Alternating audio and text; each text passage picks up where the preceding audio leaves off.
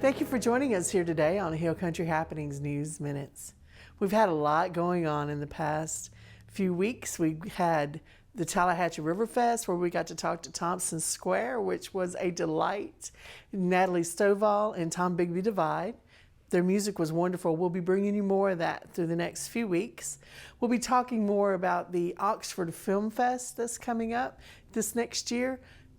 We're a sponsor of theirs, and we are excited to watch all the new talent that comes out and all the pros that bring their movies to our area to be reviewed at the Oxford Film Fest. We also have partners with the Bonds Small Business Group. We have Miss Jessica, who did her book launching, The Lynching Calendar. We'll have a segment of hers coming up.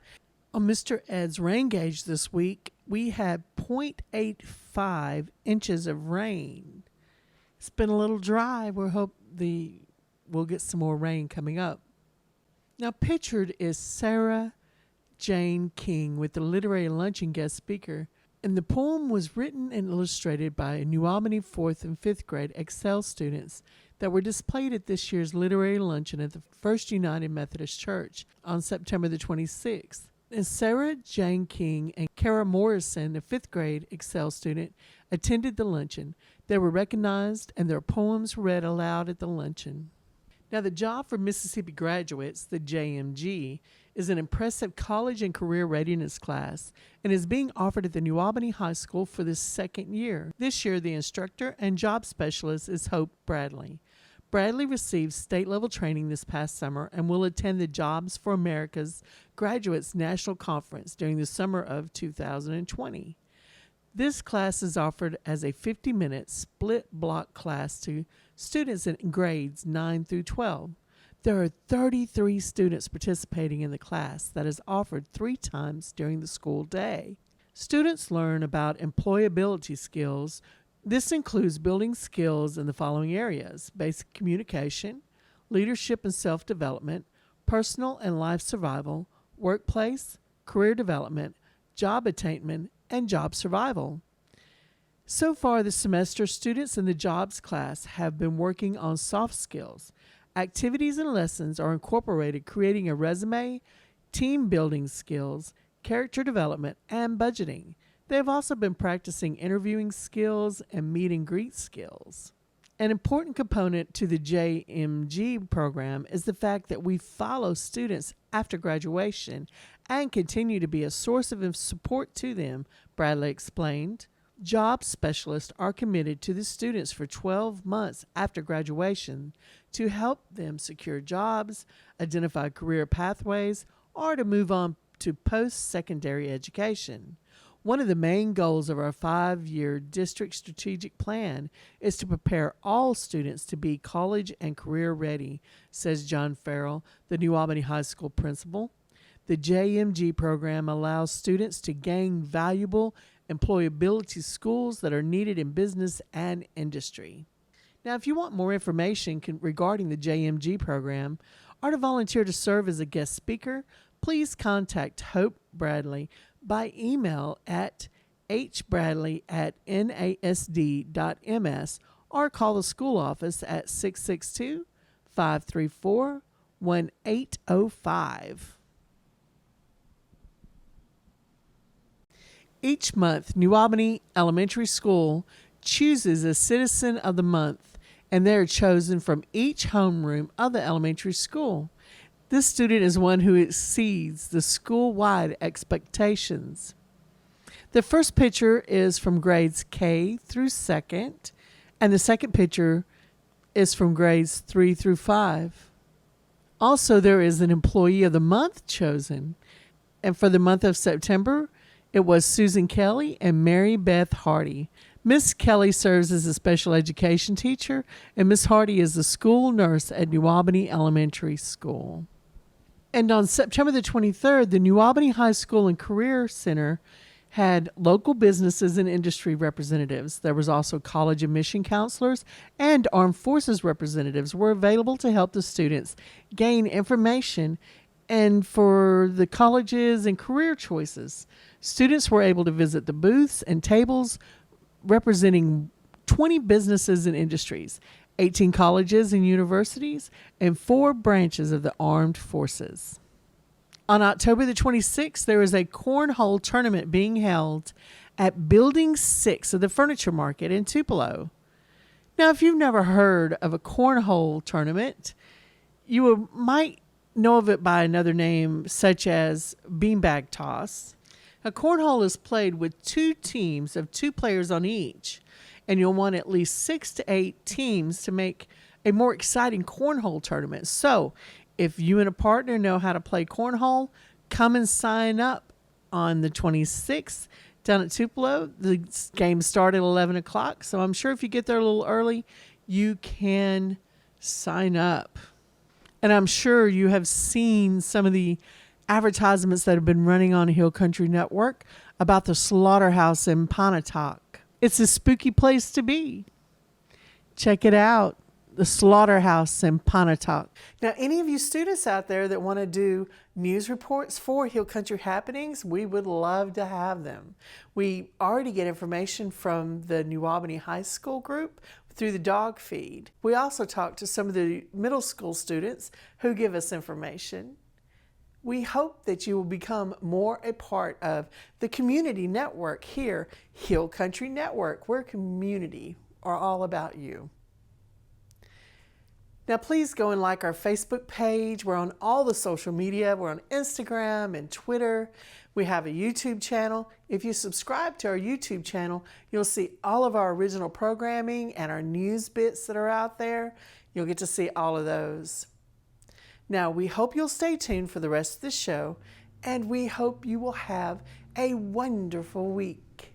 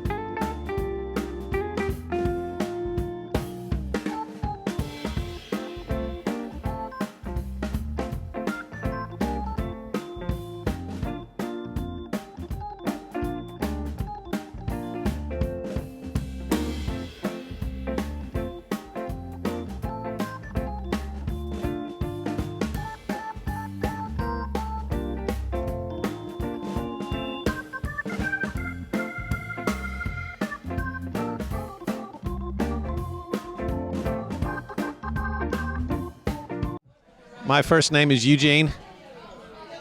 We are at Ebenezer Church in Hickory Flat, right in the heart of Hickory Flat, Mississippi. We are here because we are having our traditional fish fry for the community. The money supports church ministry and mission.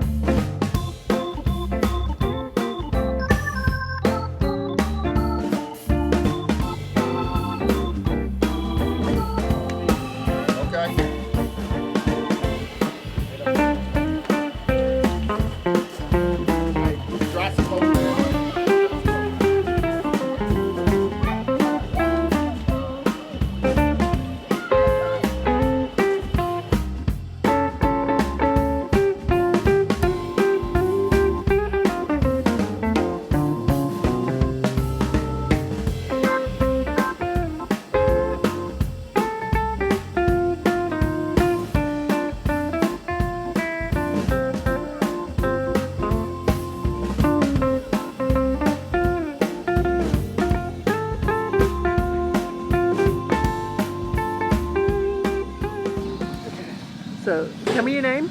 Kingsley. Mario. Is this part of your family stuff, or is, yeah? It's part of the family. Yeah. So how long have y'all been helping? I don't even know. It's like all your life, huh? Awesome.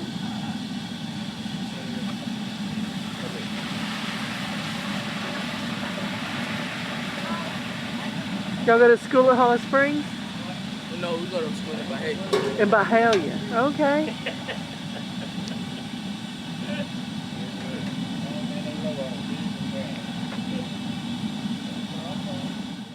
We do a great deal of work that people don't know about, and so I would say one of the things it's going to help with is a lot of what I would call our benevolence mission.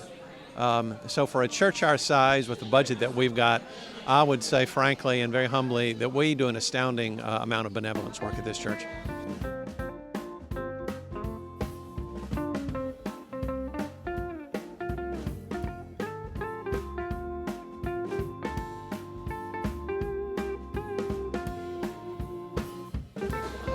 We are here at 9 o'clock on Sunday morning. And Myrtle Church, I'll put a plug in, does 11 o'clock.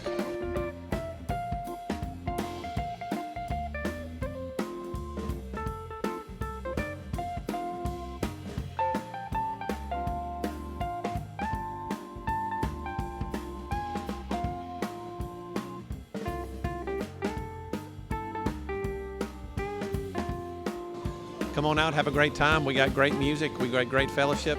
We'd love to have you.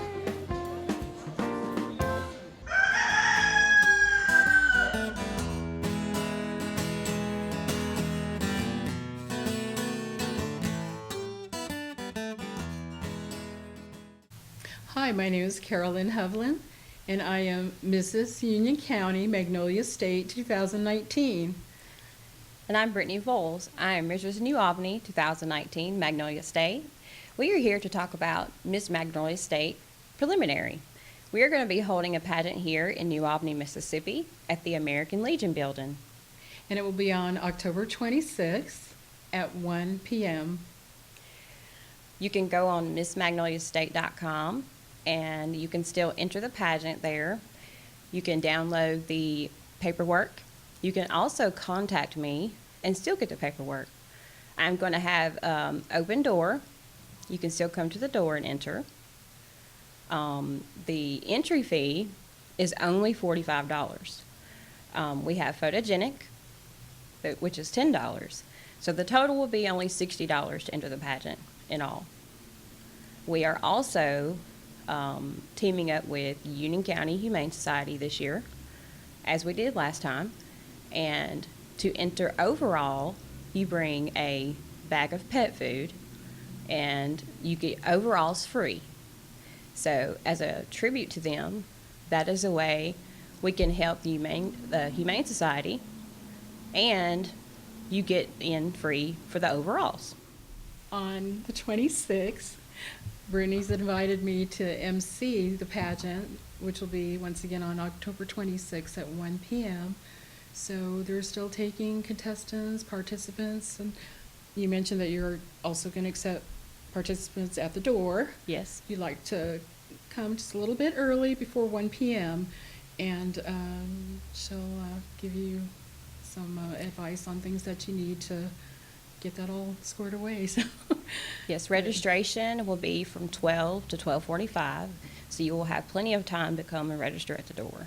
0 to 11 years old is Sunday best, and the 12 and up to Mrs. will be formal wear. So if you're in 0 to 11, you got a Sunday best dress, that's all you need. And we also have a boys division, 0 to 5, and ages 6 to 11, you can do Sunday best in them too. We are accepting anyone in Union County area or surrounding.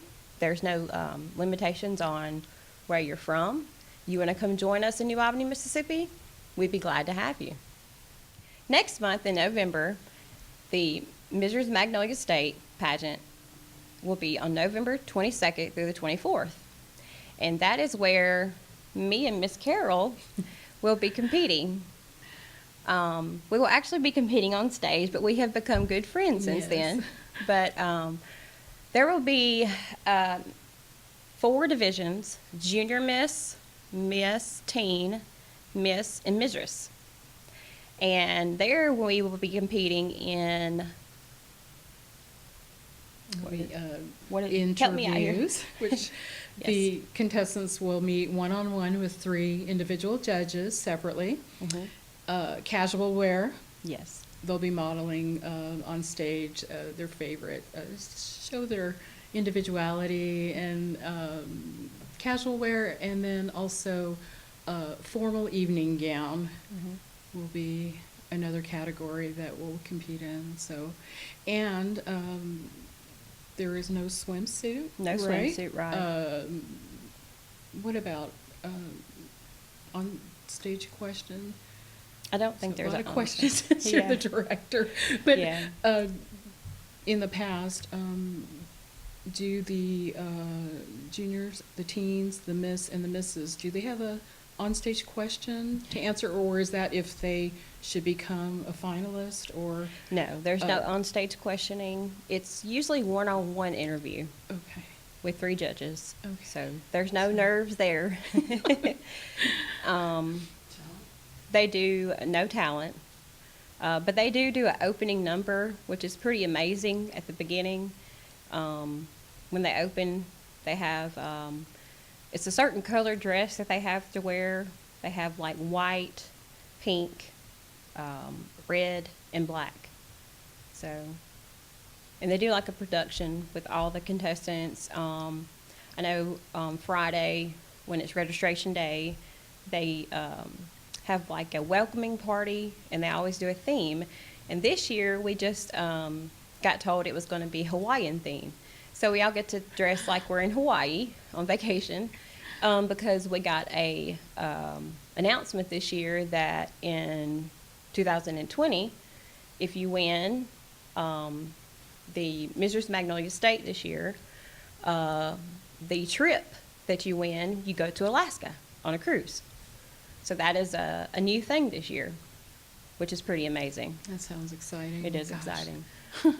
So So, he was saying, you know, bring your A game on stage. So and the national director, Chris Shannon, he is just so. he's phenomenal. He's Yes, and I had the opportunity to meet Chris at the preliminary pageant in April. And Brittany said, "Hey, you know, go on over and introduce yourself to Chris." And he's just a really, really nice person, very professional, and just he answers all your questions. And obviously, yes, he leads a very good pageant system. He's been Yes. a director for going on 21 years. Wow. And over Mississippi, and he has a little over 40-something preliminary directors in Mississippi, in the state right now, and they host all over Mississippi. When you win a preliminary pageant, you get a sash. Like, this is how I got mine. I became Mrs. New Albany. And this is how Miss Carroll became Mrs. Union County. Yes, and believe it or not, there was one contestant, which was, yes, in the Mrs. Division in April, but it was pretty exciting just to experience that, so. And then my daughter, which is Brianna Bowles, she won Little Miss Magnolia State in 2018. But she was Little Miss Heart of Mississippi. We got to go to state, and we went to state, and she competed in casual wear, Sunday best. And it was very exciting. As a mother there, I was shocked. I'm not going to lie. I was just a normal mom. I burst out into tears in the audience. It was an amazing experience for her. And when you go to state and you win, this is what you win. You win the state title, sash, and the crown, which is very beautiful. It is. It's heavy and it's very authentic. It's one of the prettiest crowns I've ever seen them give out in a state title like that. And she also won $1,000 cash. And we put it in savings. And she also donated some of it to a charity and Union County Humane Society here. But she loves Magnolia State. We've been a part of it for 2014, so it's been quite a few years. For my preliminary in April of this year, I had a winner, and her name is Kagan Lee Holmes. She's from Ripley, Mississippi, and she will be joining me October 26th and helping with crowning. She also won Tiny Miss Magnolia State, and she won $1,000. And like I said, all it takes is you win a preliminary title, excuse me. And if you win a preliminary title, you go to state. And when you go to state, you compete in Sunday best and casual wear. And it's as simple as that. When you compete in those two categories, usually altogether contestants, there's over, I know this past state pageant, there was 262 contestants there in all. In each division, estimate there was about 20 to 30 something contestants in each division. So you put that together, you compete with quite a bit of contestants all over Mississippi. And I was proud of Kagan. She done her best, which all contestants do. So when you go to state, you're already a winner because you're a queen from each preliminary. And she competed, and she won. So I'm proud of her from our area, like I said. And she's going to be joining me there October. And join October 26th. You have an opportunity. You don't have to be a movie star. You don't have to be someone famous. You can be from our local area, and you have a great opportunity just as well as these local girls here. If you miss the opportunity October 26th, this Saturday, you can get another opportunity April 25th, 2020. Will be another opportunity for you to come join us. I'm going to have a spring pageant as well, and it'll be Miss Union County and Miss Tippah County preliminary pageant. So come join us then. I'd be glad to have you.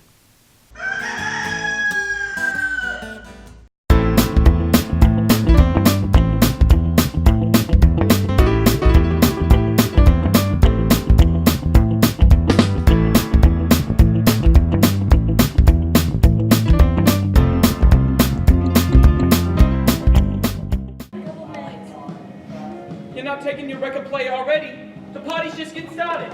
Yeah, she's cutting out because Zuko ain't here. No, I'm not. I didn't come here to see him. No, what'd you come here for then? Because I was invited? We only invited you because we needed a record player. Hey, French! Clint Reed, I'm the director for Union County Schools Theater. This is our 14th show to do. We've been doing this now for 12 years. And our first repeat, our first time to redo one we've done in the past. We're redoing Grease. This will be the 10-year anniversary of that. You know, whenever you do a redo, you want it to be bigger. You want it to be better than the first time you did it. And, well, we're trying to go as big as possibly can. A design of a jukebox, of kind of having this whole aspect, because with Grease, there's so many different scenes that you need one that is neutral to where you can do a lot in front of it that still goes along with the ebb and flow of the show. Found this particular backdrop is actually brand new from Theater World, and it's actually called a 50s montage. It's just got all the classic 50s things with the, you know, At Your Service, the Shell, the Crazy House, the coasters, drive-in theaters, surfing, jukeboxes, all that. You know, those kind of little things that people from that particular era will probably remember. Just tying it all in with the jukebox theme of what that has, that just, you know, it just kind of immediately takes you back. That's kind of the goal. So Grease being such a well-known show, it's one of those that, you got to take special consideration with some of the things, because the musical is different than the film. There are some songs that are not that are in the musical that were not in the film. There are songs that were in the film in different places than where they are within the musical. And it's just one of those things that, again, we want to try to get as close to what people know, but also throw in something new, something different, maybe something they're not used to, so that hopefully they'll be pleasantly surprised. Again, we've just gone as big as we possibly can, our dance numbers, everything. I mean, girls flipping, girls going back and forth, doing things such as that. It's just been a real project. Had a lot of good help this year for sure, because you can't. I don't care who you are, you can't do it by yourself. That's for sure. But the kids are doing a great job. I think it's going to be a fantastic show. As far as I know, we're just about we're doing 4 shows, and almost every one of them are sold out right now. So that's a good problem to have for sure. It's we set a record this year with 110 kids in this. So that's the most we've ever had in a show. They're all doing a fantastic job. With theater, it's one of those things you can always tweak and prepare and try to make something better all the way up even to the day before. But overall, the kids are there and ready to really put on a terrific show for everyone. I'm Paige Boyd. And I'm Micah Ellis. We're doing Grease, the musical. I'm Sandy. And I'm Danny. I started in 7th grade. Now you can only do it 9th through 12th. But when I started in 7th grade, and we did Tarzan, and I just loved it. So I've just been doing it ever since. I started the same year, but I was in 8th grade. I'm a year older than her. And it's because my sisters were doing it. They were really involved. They were doing Shrek and Wizard of Oz, and I thought it may have been cool. But then I skipped it my 9th grade year, which was a mistake. And then I've been the lead the last 3 years as the male lead. October 25th, 26th, and 27th. And tickets are $10. Interested in that. That Lucy. I think I have a solution to the slap. What if I'm holding this and then I give it to her? She's just like... So you just got to come out and support us, and we'd really appreciate it. Bye.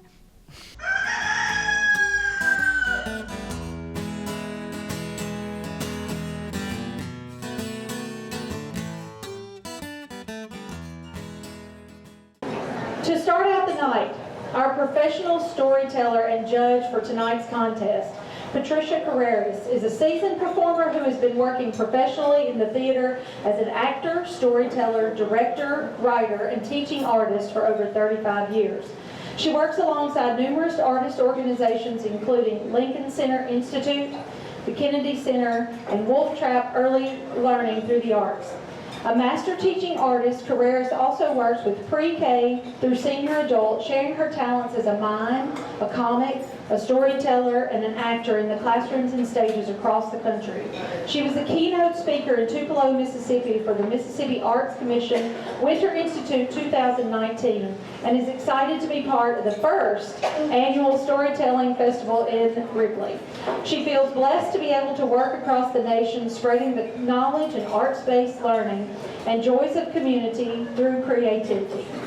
For her story tonight, she has an adaptation of Faulkner's A Rose for Emily, in which she will play Rose.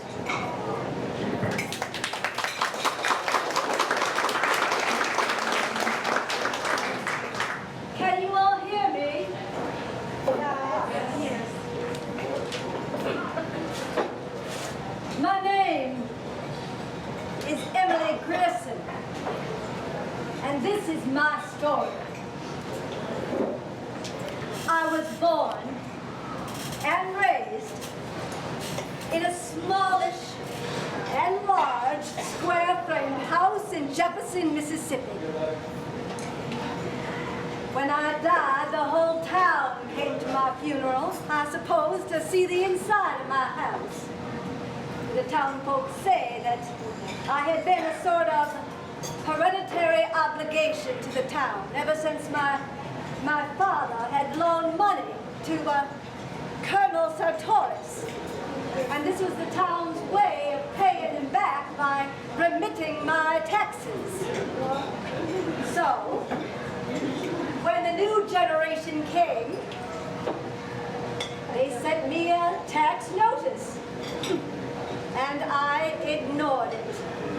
Then they wrote me a formal letter. And then the mayor wrote me a letter. And I wrote him a letter that said, I do not go out at all. I do not appreciate you sending me these mails. And I enclosed that tax notice without comment. A few days later, there was a knock on my door. Toby, my house servant, answered it. I did not ask them to sit. Oh, no. I stood at the door and listened quietly as they talked on and on about my taxes. And then I simply raised my hand and said, I have no taxes in Jefferson. They looked at me and said, but Miss, I have no taxes in Jefferson. Ask Colonel Sartoris. He talked to me after my father's death. He explained it all. Go see Colonel Sartoris. Toby, send these people out. And so I vanquished them, just as I had vanquished their fathers 30 years before about that smell.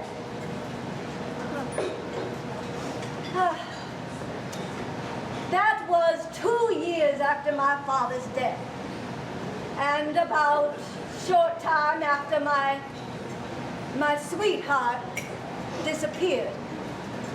After my father died, I did not go out very much, and when my sweetheart disappeared, I hardly went out at all.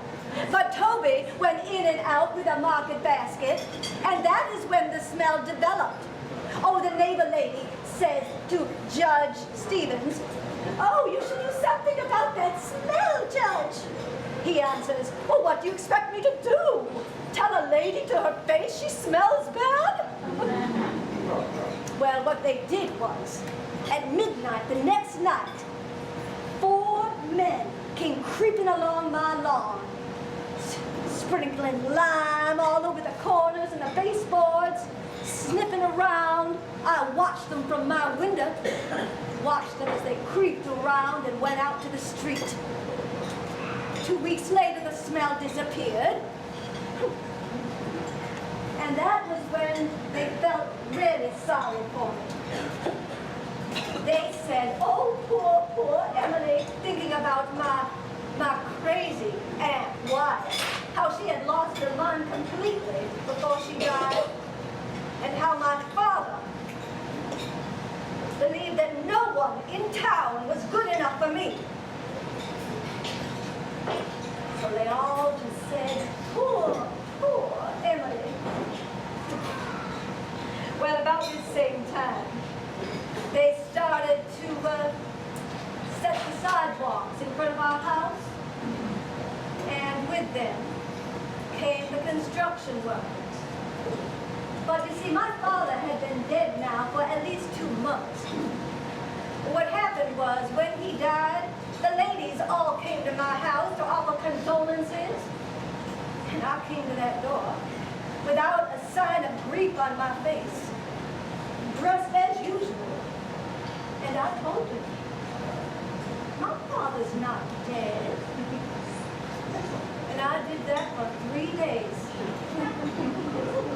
The ministers and the doctors would come and say, tell us where the body is so we can get rid of it. And finally, when they were going to call the law, I gave them the body, and they buried it quickly. But I had a right to that body. Well, the paving of the sidewalks was in that same summer. And with the mules and the machinery came a foreman by the name of Homer Barron, a Yankee, with a big voice, a big man, dark and eyes as blue and as light as his face. Oh, the little boys would travel and follow him around just to hear him cuss. Whenever you heard a lot of laughter on the square, you could be certain that Homer Barron was in the middle.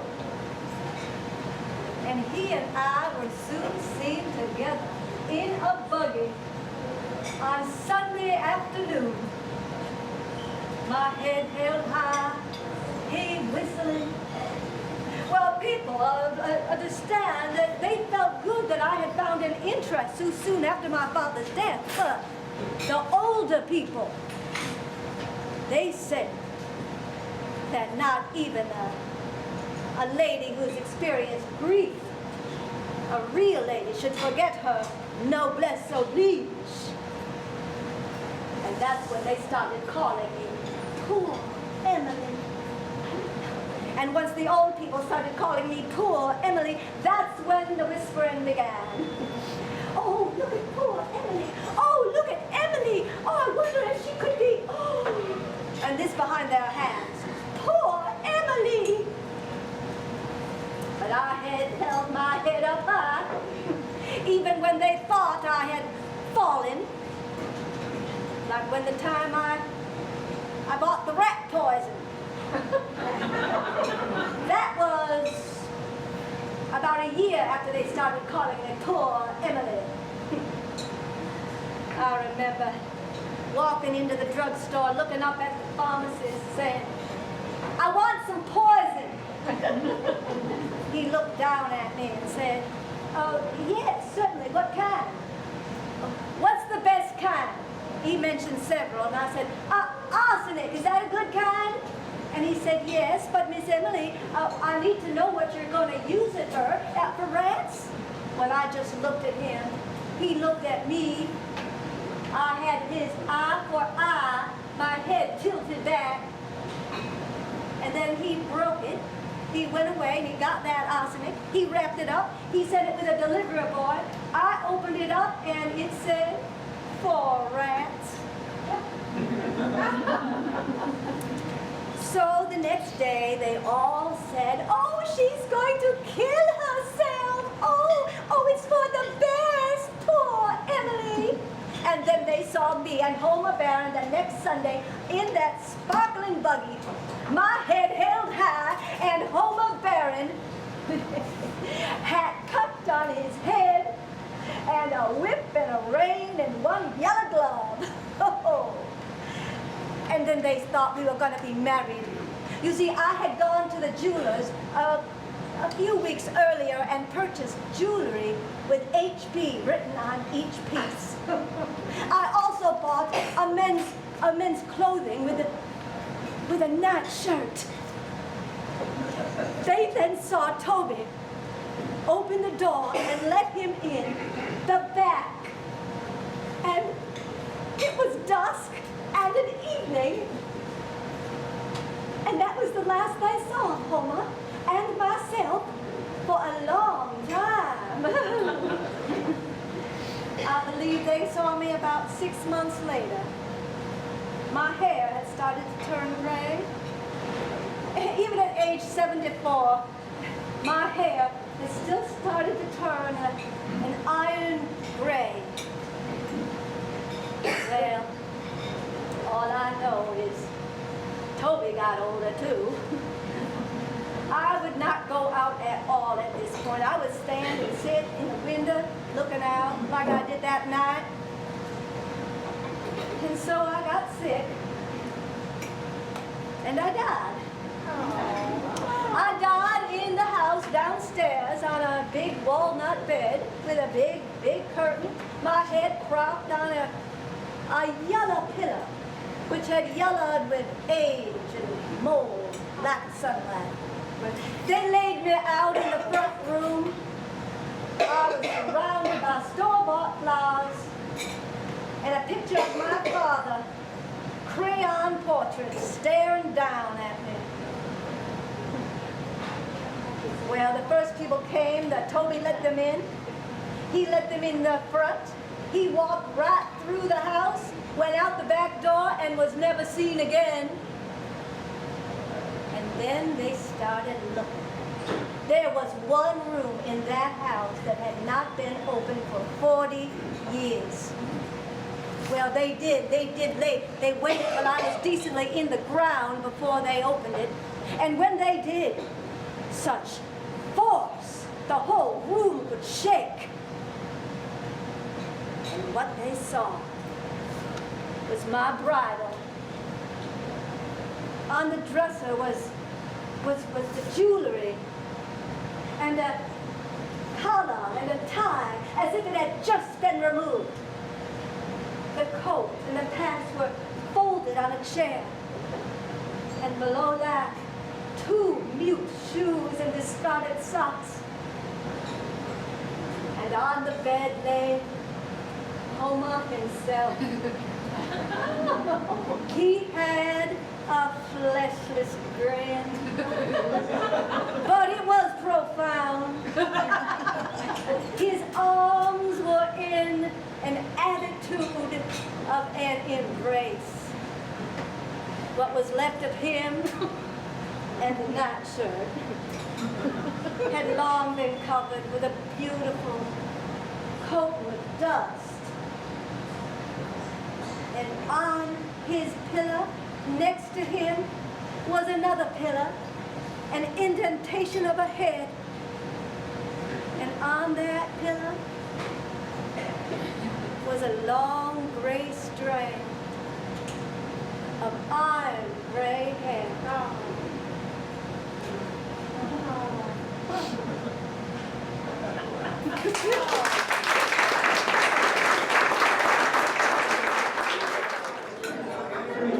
Next, we have professional storyteller and judge of tonight's contest, Rebecca Jernigan.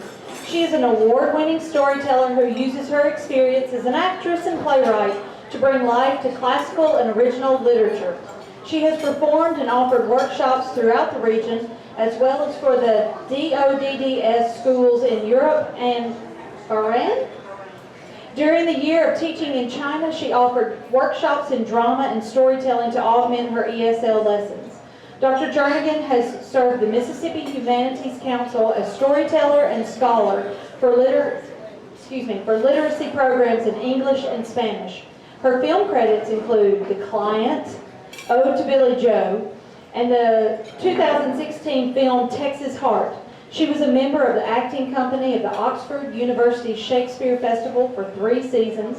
She often collaborates with other artists on special projects and mentors emerging performers. Rebecca.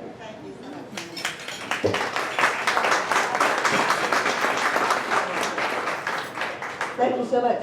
It's so wonderful to be invited to see you and see some friends here and storytelling alive and well. I'm going to retell a little bit of a story that Dean Faulkner Wells wrote from her uncle's story, a variation of Judith.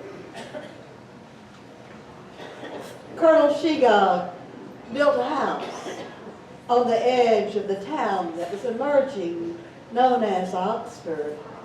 There was a university there. There were bricks being formed by the hands of the enslaved people there. The Shegogs had one child, and they named her Judith.